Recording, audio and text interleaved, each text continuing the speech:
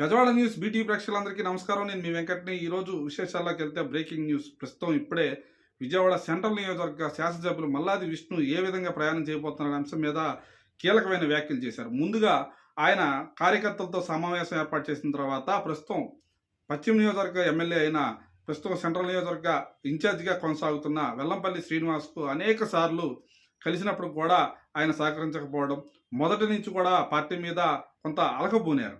ఈ నేపథ్యంలో వెల్లంపల్లి శ్రీనివాస్ పాదయాత్రలు కూడా వెళ్లకుండా ఆగిపోయిన పరిస్థితి.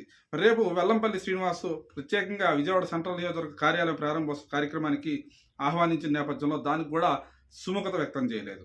అయితే వెల్లంపల్లి శ్రీనివాస్ పార్టీ కార్యాలయం ప్రారంభోత్సవానికి సజ్జల రామకృష్ణ వస్తున్న తరుణంలో ఒక్కసారిగా ఒక రోజు ముందే ఈ రోజే మల్లాది విష్ణు ప్రత్యేకంగా ఒక కళ్యాణ మండపంలో ఇటు కార్యకర్తలకి, నాయకులకి, ఆయన అభిమానులకి, కొంతమంది ప్రజలకు కూడా అందరూ కూడా ఆహ్వానం పంపి మాట్లాడడానికి పిలవడం జరిగింది. దీంతో వందలాది మంది అక్కడ రావడం జరిగింది. మల్లాది విష్ణు వర్గీయులందరూ కూడా ఒక్కసారిగా తండోపతండాలుగా అక్కడ రావడంతో ఒక్కసారిగా అందరూ షాక్ తిన్నారు. అయితే మల్లాది విష్ణు ఏం మాట్లాడతారా, ఆయన రాజకీయ ప్రయాణం ఎట్లుండిపోతుందా, వైఎస్ఆర్ కాంగ్రెస్ పార్టీలో మళ్ళీ ఏమైనా అవకాశం ఇచ్చారా, ఇలాంటి అనేక ఆశలతో వెళ్ళిన ప్రజలందరూ కూడా, అక్కడ ఉన్న అభిమానులందరూ కూడా ఒక్కసారిగా డీలా పడిపోయిన పరిస్థితి. అదేంటంటే మల్లాది విష్ణు ఒకటే చెప్పడం జరిగింది.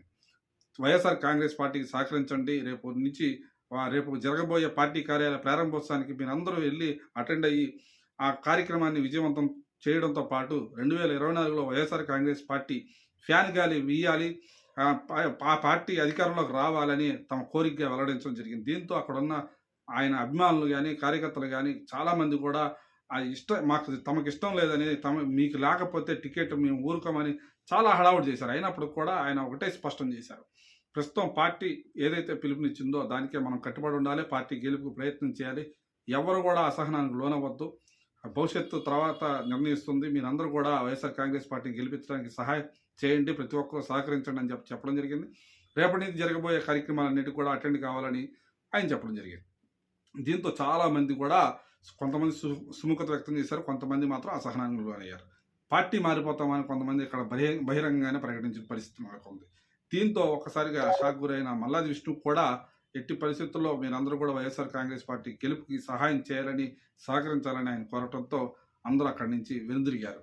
మొత్తంగా ఆయన తీసుకున్న నిర్ణయానికి చాలామంది కట్టుబడి ఉండడానికి ప్రయత్నం చేసేప్పటికీ మరి మల్లాది విష్ణుని వదులుకోవడం వాళ్ళకి ఇష్టం లేదు కాబట్టి చాలామంది పార్టీ మారడానికి కూడా వెనకాడబోమని అక్కడే ప్రకటించుకోవడం, అక్కడక్కడ వారు మాట్లాడుకోవడం కూడా జరిగింది.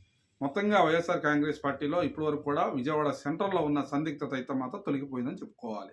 మరి ఈ రోజు నుంచి వెల్లంపల్లి శ్రీనివాస్కి సహకరిస్తారా లేదనేది కూడా ఎదురు చూడాలి.